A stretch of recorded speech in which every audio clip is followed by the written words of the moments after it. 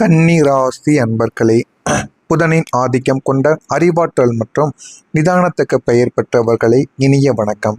உங்களுடைய வாழ்க்கையின் இரண்ட பக்கங்களையும் இனிமேல் நடக்கப் போகின்ற நல்ல காலங்களையும் இனிமேல் பிறக்க இருக்கும் உங்களுடைய வாழ்க்கையில் உங்களுக்குன்னு கிடைக்கக்கூடிய வாய்ப்புகளையும் ஒன்றன் பின் ஒன்றாக கூறுகிறேன். அதனையும் இந்த ஒரு வீடியோவை முழுக்க பார்த்து தெரிந்து கொள்ளுங்கள். கன்னி ராசியின் பொதுவான இயல்பு ஏன் தெரியுமா? உங்களுடைய வாழ்க்கையில் ஏமாற்றங்கள் என்பது தொடர்ந்து நடந்து கொண்டே இருக்கிறது. கன்னி ராசி என்பது காலப்புருஷ தத்துவத்தின்படி 6ஆம் இடம். இது சேவை மற்றும் அர்ப்பணியை குறிக்கக்கூடிய ஒரு ராசியாக கன்னி ராசி அன்பர்கள் எப்போதுமே கருதப்பட்டு கொண்டே தாங்க இருப்பீங்க. உங்களுடைய முக்கியமான குணங்கள் என்ன தெரியுமா? நீங்கள் ஒரு பெர்ஃபெக்டாக வாழ வேண்டும் என்று நினைத்து கோடு போட்டு வாழக்கூடிய ஒரு மனிதர்கள். எதையும் கச்சிதமாக செய்ய முடிக்க வேண்டும், செய்து முடித்து கொடுக்க வேண்டும் என்ற ஒரு எண்ணங்கள் உங்களுடைய மனதிற்குள் எப்போதுமே ஓடிக்கொண்டே தாங்க இருக்கும். மற்றவங்களுக்கு உதவக்கூடிய குணம் உங்களுடைய இரத்தத்திலேயே ஊறி கிடக்கும். அவர்களுக்கு உதவினால் கூட அந்த ஒரு உதவியை நீங்கள் முழுமைக்கும் செய்து கொடுப்பீங்க. நீங்கள் யாரிடமாவது உதவி கேட்டாவது அவர்களுக்குன்னு சில உதவிகளை நீங்கள் முழுமைக்கும் செய்து கொடுப்பீங்க. அப்படி செய்து கொடுத்தால் மட்டுமே தாங்க உங்களுடைய உள்ளமானது சந்தோஷமடையும். அந்த அளவுக்கு நல்ல ஒரு மனிதர்களாக நீங்கள் எப்போதுமே இருப்பீங்க. ஏமாற்றப்படுவதுடைய காரணங்கள் என்ன தெரியுமா? உங்களுடைய வாழ்க்கையில் நீங்கள் மற்றவங்களுடைய வார்த்தைகளை விட அவங்களுடைய சூழ்நிலைகளை நீங்கள் நம்பி வாழக்கூடிய ஒரு மனிதர்கள். மற்றவங்களுடைய வாழ்க்கையில் என்ன நடக்கிறது என்பதை நம்புவதை விட உங்களுடைய வாழ்க்கையில் என்ன நடக்கிறது, உங்கள் கூட இருக்கக்கூடிய நபர்கள் வாழ்க்கையில எப்படியெல்லாம் மாற்றங்கள் ஏற்படுகிறது என அனைத்தையுமே நீங்கள் நம்பி அதன்படி வாழக்கூடிய ஒரு மனிதர்களாக நீங்கள் எப்போதுமே இருப்பீங்க. ஒருவன் வந்து அழுதால் அவனது கடந்த காலத்தை ஆராயாமல் உங்களுடைய இதயத்தை திறந்து வைத்து விடக்கூடிய நல்ல ஒரு மனிதர்களாக நீங்க எப்போதுமே இருப்பீங்க. இதுதான் உங்களுடைய வாழ்க்கையில ஏமாற்றப்படுவதற்கான முக்கியமான சில காரணங்களாக அனைவராலும் கருதப்பட்டு கொண்டே தாங்க இருக்கிறது. நீங்க மனதை எப்போதுமே திறந்தே வைத்திருப்பீங்க. அதனால யார் யாரெல்லாம் வருகிறார்கள், யார் யார் உங்களை விட்டு போகிறார்கள் என்று எதுவுமே உங்களுடைய வாழ்க்கையில உங்களுக்கு தெரியாமல் இருக்கும். அதனால மட்டுமே தாங்க பிரச்சனைக்கு மேல பிரச்சனைகள் உங்களுடைய வாழ்க்கைக்குள்ள ஏற்பட்டு கொண்டே தாங்க இருக்கு. ஏன் நீங்க உடனே அனைவரையும் நம்பி விடுறீங்கன்னு சில கேள்விகள் உங்கள் மீது நிச்சயமா இருக்கத்தான் செய்யும். உங்களுடைய ராசியின் அதிபதி புதன் பகவான் என்பதால் உங்களுக்கு அறிவு மிக கூர்மையானதாக இருக்கும். ஆனால் உங்களுடைய ராசி உபய ராசி என்பதால் ஒரு முடிவை எடுப்பதில் தடுமாற்றம் என்பது உங்களுடைய வாழ்க்கைக்குள்ள ஏற்பட்டு கொண்டே தாங்க இருக்கும். யாராவது ஒருவர் அழுத்தமாக பேசினால் அவர்கள் சொல்வது உண்மையாக இருக்குமோ என்று உங்களுடைய அறிவை விட நம்பிக்கைக்கு முன்னுரிமை கொடுத்து விடக்கூடிய ஒரு மனிதர்களாக நீங்க எப்போதுமே நடந்து கொள்வீங்க. அதனாலே உங்களுடைய வாழ்க்கைக்குள்ள சின்ன சின்ன பிரச்சனைகளும் சின்ன சின்ன தடங்கல்களும் இருந்து கொண்டே தாங்க இருக்கும். ஆனா நீங்க உங்களுடைய வாழ்க்கையில நினைத்தது ஒன்றாக இருக்கும், உங்களுடைய வாழ்க்கையில நடப்பது ஒன்றாக இருக்கும். இதுதான் தொடர்ந்து உங்களுடைய வாழ்க்கைக்குள்ள ஏற்பட்டு பிரச்சனைக்கு மேல பிரச்சனைகளையும் ஏதாவது ஒரு செயல்களையும் உங்களுக்குள்ள ஏற்படுத்தி கொண்டே தாங்க இருக்கும். மற்றவங்களுக்காக நீங்க இழந்த உங்களுக்கு பிடித்த விஷயங்களை மற்றவங்களுக்கு அது பிடிக்கவில்லை என்று இழந்து நீங்கள் அவங்களுக்காக வாழ்ந்திருப்பீங்க. ஆனால் ஒரு காலகட்டத்தில் அந்த ஒரு உறவே உங்களை விட்டு போயிருப்பாங்க. இதுவும் மிகப்பெரிய ஒரு வழியை உங்களுக்குள்ள நிச்சயமாக தேடி கொடுத்திருக்கும். கன்னி ராசியினர் தியாகத்தின் மறு உருவம் என்று அனைவராலும் அழைக்கப்படுவார்கள். இதுவரை நீங்கள் இழந்தவைகள் சாதாரணமான ஒரு இழப்புகளாக உங்களுடைய வாழ்க்கையில் இருந்திருக்காது. முதலாவதா சுய முன்னேற்றத்தை நீங்கள் இழந்திருப்பீங்க. மற்றவங்களுடைய வளர்ச்சிக்காக உங்களுடைய நேரத்தை செலவிட்டு உங்களுக்கான வாய்ப்புகளை தார வாத்திருப்பீங்க. இதுவும் உங்களுடைய மனதிற்குள்ள தேவையில்லாத மனக்காயத்தை உங்களுக்குள்ள உருவாக்கி கொண்டே தாங்க இருக்கும். பணம் மற்றும் சேமிப்பு அவசரம் என்று கேட்டவர்களுக்கு உங்களுடைய கனவுகளை ஒத்தி வைத்துவிட்டு பணத்தை நீங்க கொடுத்து உதவி இருப்பீங்க. இதுவும் மிகப்பெரிய அளவுல உங்களுடைய வாழ்க்கையில சின்ன சின்ன வழிகளையும் உங்களுக்குள்ள நிச்சயமா தேடியும் கொடுத்திருக்குங்க. அந்த பணம் இன்று வரைக்கும் உங்களுக்குள்ள திரும்ப வந்திருக்காது. இன்னமும் உங்களுக்குள்ள அது பிரச்சனைக்கு மேல பிரச்சனைகளை நிச்சயமா தேடி கொடுத்து கொண்டே தாங்க இருக்கும். உறக்கமும் நிம்மதியும் சில மனிதர்களால் உங்களுடைய வாழ்க்கையை விட்டே போயிருக்கும்.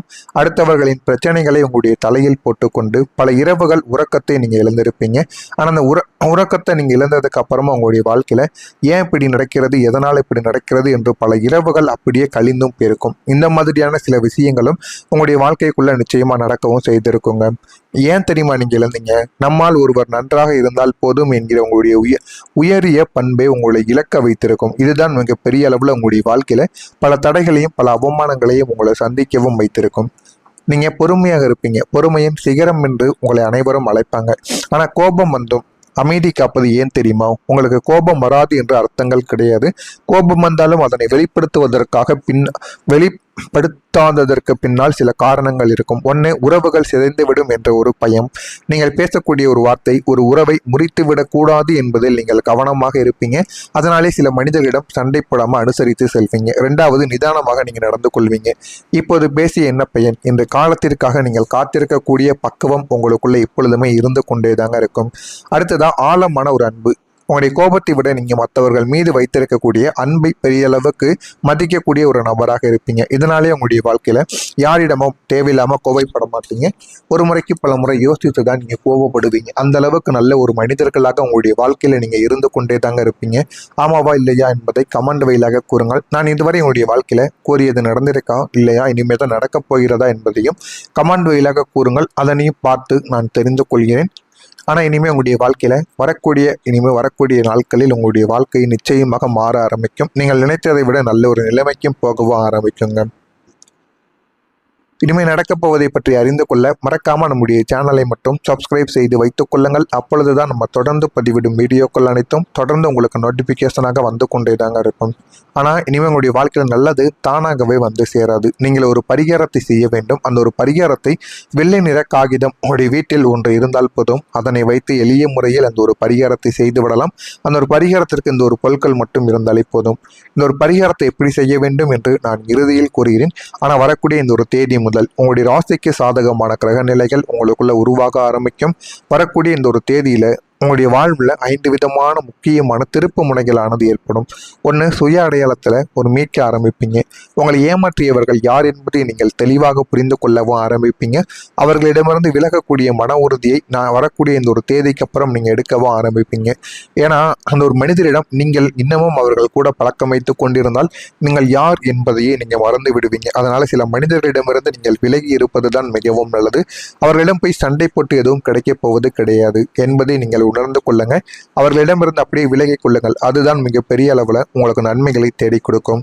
இரண்டாவது, பொருளாதாரத்தில் ஒரு மேன்மையானது ஏற்படும். நீண்ட காலமாக தடைப்பட்டிருந்த ஒரு நிதி ஆதாரங்கள் வரக்கூடிய இந்த ஒரு தேதி முதல் உங்களுடைய வாழ்க்கையில வர தொடங்கும். உங்களுக்கு கிடைக்க வேண்டிய பணமும் கிடைக்க வேண்டிய அங்கீகாரமும் வரக்கூடிய இந்த ஒரு தேதிக்கு பிறகு உங்களுடைய வாழ்க்கையில கிடைத்துவிடும்.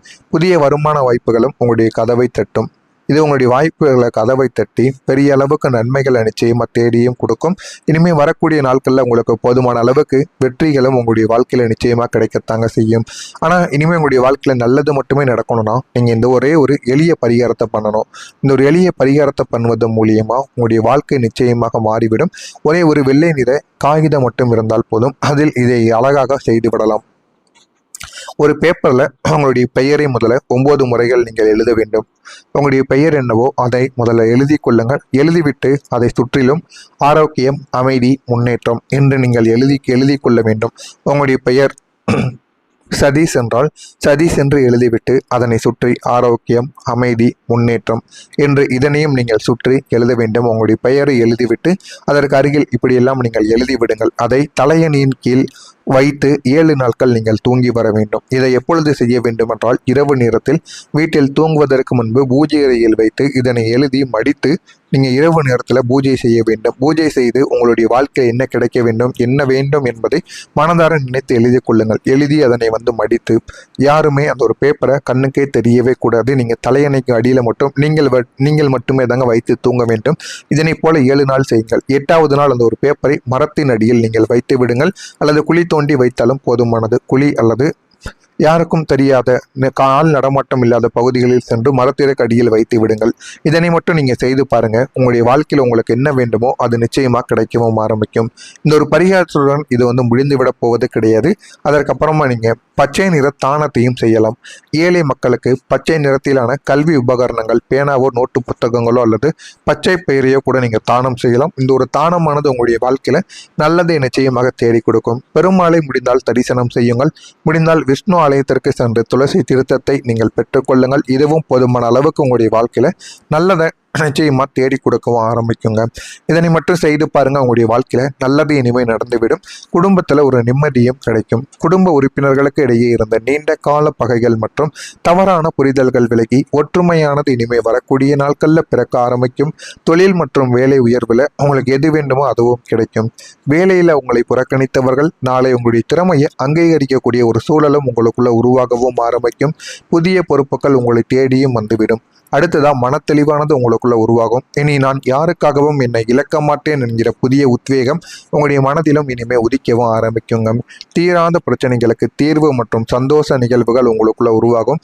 குடும்ப பிரச்சனைகள், இதுவரைக்கும் உங்களை புரிந்து கொள்ளாத பெற்றோரோ அல்லது துணையோ உங்களுடைய தியாகத்தை உணரத் தொடங்குவாங்க. வீட்டில் சுபகாரியங்கள் பேசுவதற்கான அடிப்படை இந்த ஒரு நாளிலிருந்து உங்களுடைய வாழ்க்கையில தொடங்கவும் ஆரம்பிக்கும். சந்தோஷ நிகழ்வுகள் உங்களுக்குள்ள ஏற்படும். எதிர்பாராத ஒரு நல்ல செய்தி உங்க வீடு தேடி வரும். அது சுப செய்தியாக கூட இருக்கலாம். ஆனா இந்த ஒரு நாள் முதல் உங்களுடைய காதுகளை இது நிச்சயமாக தொட்டுவிடும். இது உங்களுடைய எதிர்கால திட்டங்களுக்கு பெரிய அடித்தளமாக அமைவதற்கும் வாய்ப்புகள் அதிகமாகவே தாங்க இருக்கும். இதுவும் இந்த கன்னிராசி அன்பர்கள் வாழ்க்கையில நிச்சயமாக நடக்கும்.